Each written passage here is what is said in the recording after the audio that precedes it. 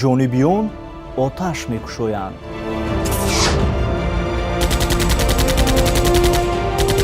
онро метарконанд. бо суръати баланд меронанд.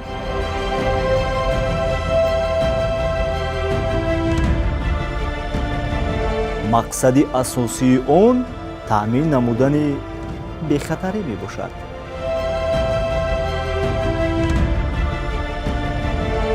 ҳадафаш танҳо ва танҳо муҳофизати инсонҳо аз ҳар гуна хавфу хатарҳост.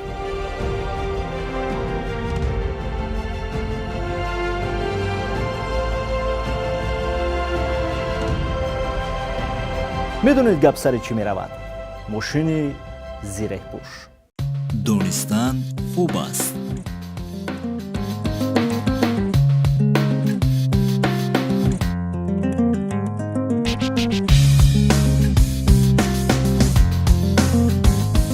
дар фазои иттилоотии кишвар ва дар эфири яке аз телевизионҳои бонуфус, яке аз телевизионҳои пешгоми ҷумҳур, ки бо номи синамо хеле ва хеле дӯстдоштаниву машҳур аст, хушбахтона боз барномаи донистан хуб аст қарор дорад.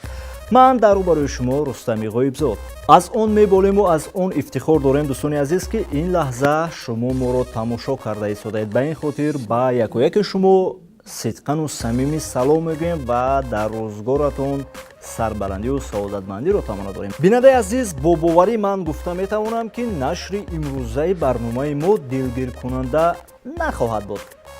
зеро гурӯҳи эҷодии барномаи мо оиди нақлиётҳои зиреҳпӯш барои шумо қисса мекунад. ба ин хотир шуморо тавсия медиҳам барои тамошо кардан, чунки 90% маълумотҳое ки мо барои шумо медиҳем шумо бори аввал мешунавед. ба ин хотир сӯжаи навбатии моро тамошо кунед.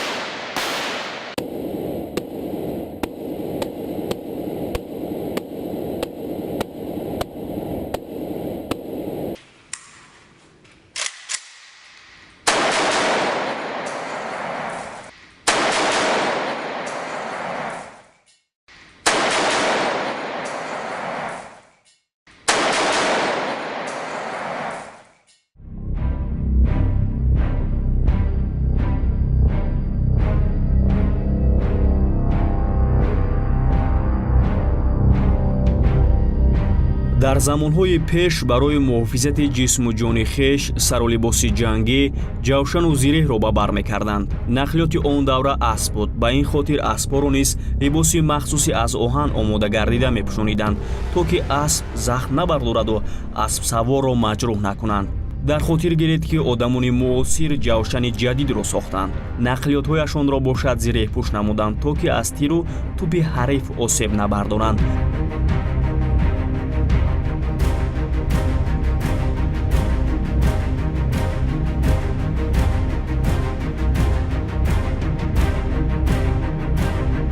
нақлиёти зиреҳпӯш дар тамоми сайёра ду навъ мешавад. якеро махсус зиреҳпӯш омода мекунанд, дар мисоли нақлиётҳои хизматрасонии соҳавӣ, дигареро бо истифодаи оҳани қавию боқувват худсоз менамоянд. ҳар ду навъи мошинҳои зиреҳпӯш ҳангоми садама, таркиш, тирпаронӣ ва ба ҳамин монанд осебҳо тобовар мебошанд.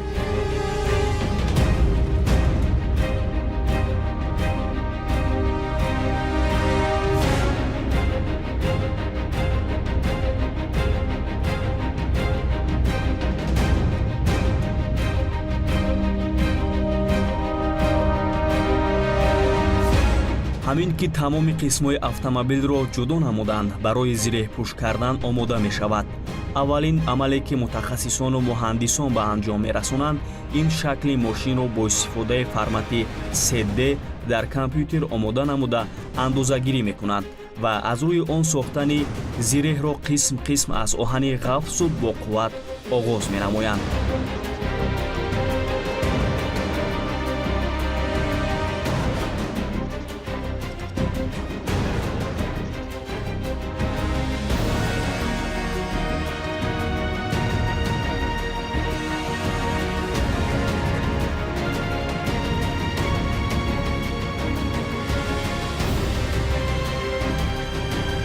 кори кафшергарӣ дар ин коргоҳ санъати баланд маҳсуб меёбад.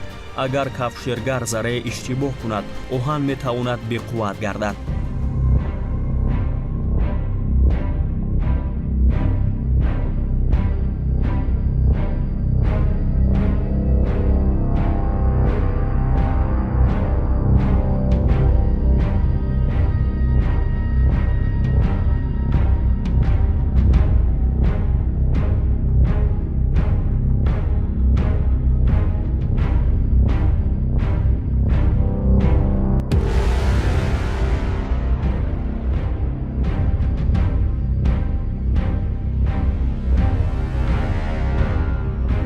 ҳамин тавр кафшергарон тамоми паҳлӯҳо ва қисмҳои берунии мошинро бо истифода аз оҳани махсусӣ тобовар кафшер менамоянд.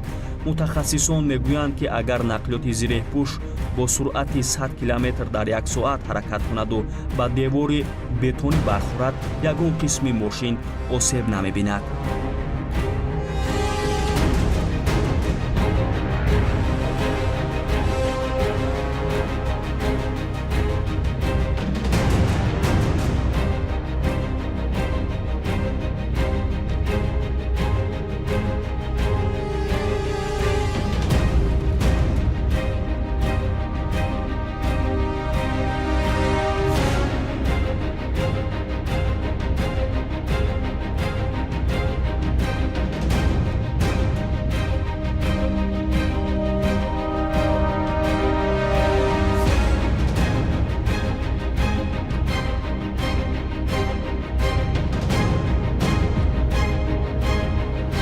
автомобилҳои зиреҳпӯшро ҳангоми озмоиш гузаронидан таҷриба мусбӣ баромад. ана ин яроқҳое ки шумо мебинед ҳангоми озмоишҳои пай дар пай, тири ҳеҷ кадомаш натавонист мошини зиреҳпӯшро суроғ намояд. мошини зиреҳпӯшро аз оҳани қавию ғафз омода мекунанд. инашро мо дидем, аммо чарху рӯйкаши резинӣ ва дигар қисмҳои мошинро аз чӣ омода мекарда бошанд? инро ҳам хоҳем фаҳмид.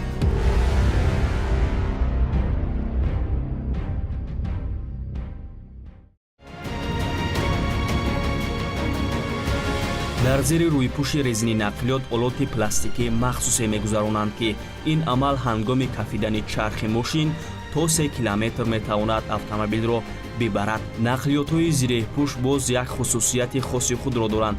ҳангоми зарба хӯрдан дар пояш ба таври автоматӣ маҳкам мегардад ва аз берун дигар кушода намешавад. автомобили зиреҳпӯш дар ҳимояи хизматчиёни ҳарбӣ яке аз мошинҳои муҳим мебошад. биёед шишаҳои мошини зиреҳпӯшро аз озмоиш мегузаронем.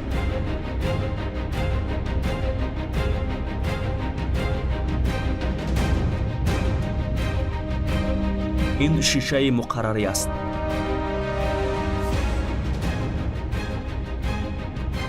инаш бошад шишаи зиреҳпӯш. тавассути зарба задан имкони шикастани чунин шиша нест.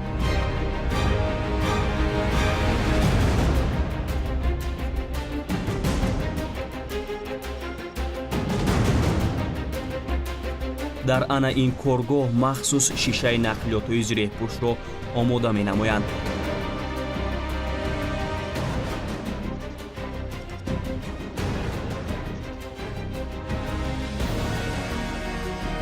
шиша шишаи муқаррарист, аммо дар натиҷаи коркард ва заҳмати зиёди мутахассисон ба шишаи зиреҳӣ табдил меёбад. барои тайёр кардани шиша аввал андоза мегиранд, сипас тавассути таҷҳизоти буранда онро ба қисмҳо ҷудо мекунанд.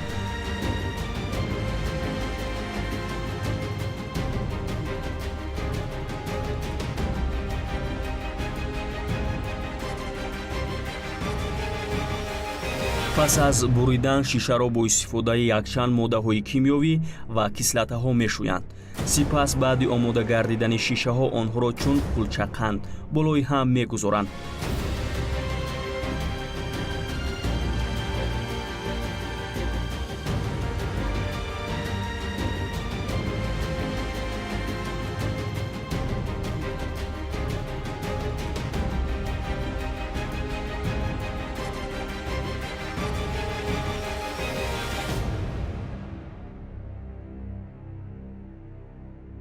сири нагузаштани тир аз шиша ин кори осон аст. ҳар як қабате ки шиша мегузоранд миёни шишаҳо полиэтилен мегузоранд.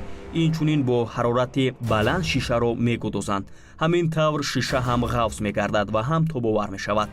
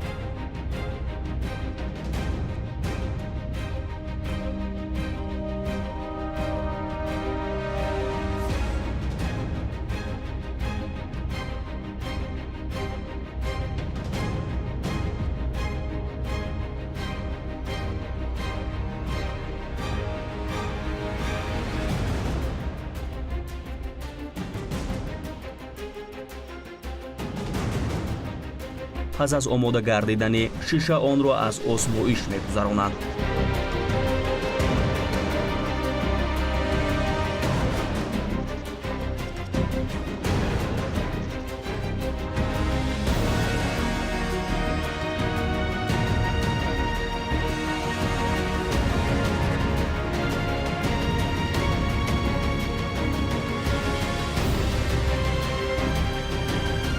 ҳамин ки тамоми қисмҳои автомобил омода гардид, онҳоро ҷамъоварӣ намуда насб мекунанд.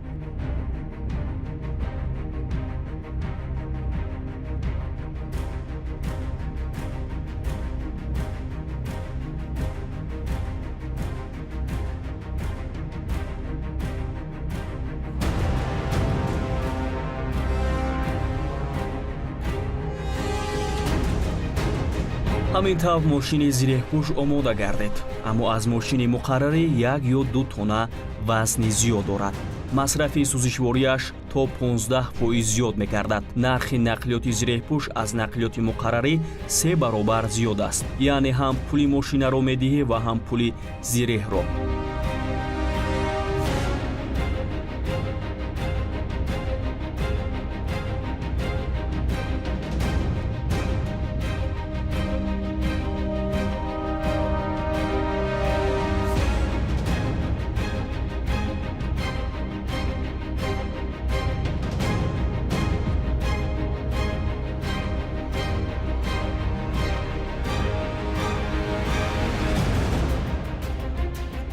дар кишвари мо мошини зиреҳпӯш истифода намешаваду зарурати истифодаи чунин навъи нақлиёт нест, чунки мо бо шукргузорӣ аз фазои сулҳу соҳиби истиқлоли ватан зиндагии орому осоишта дорем.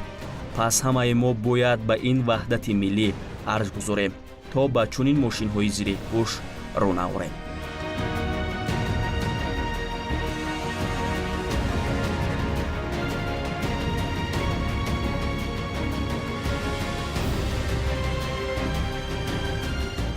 دانستن خوب است.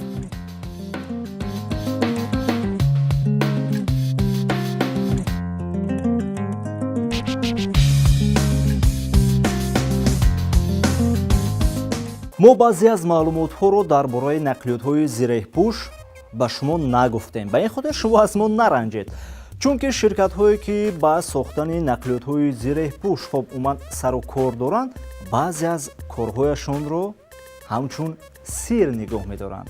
бинандаҳои азиз, ҳамон фурсате, ҳамон вақте ки идораи танзими барномаҳои телевизиони синамо барои барномаи мо ҷудо намуда буд, дар ҳамин ҷо ба анҷом мерасад. ба ин хотир ман бо шумо хайри хуш мекунам. хайр то ҳафтаи дигар. ҳамеша зираку ҳушёр ва кунҷков бошед. ин барнома барои онҳоест ки мехоҳанд бештар донанд. донед ва боз ҳам донед, чунки донистан хуб аст.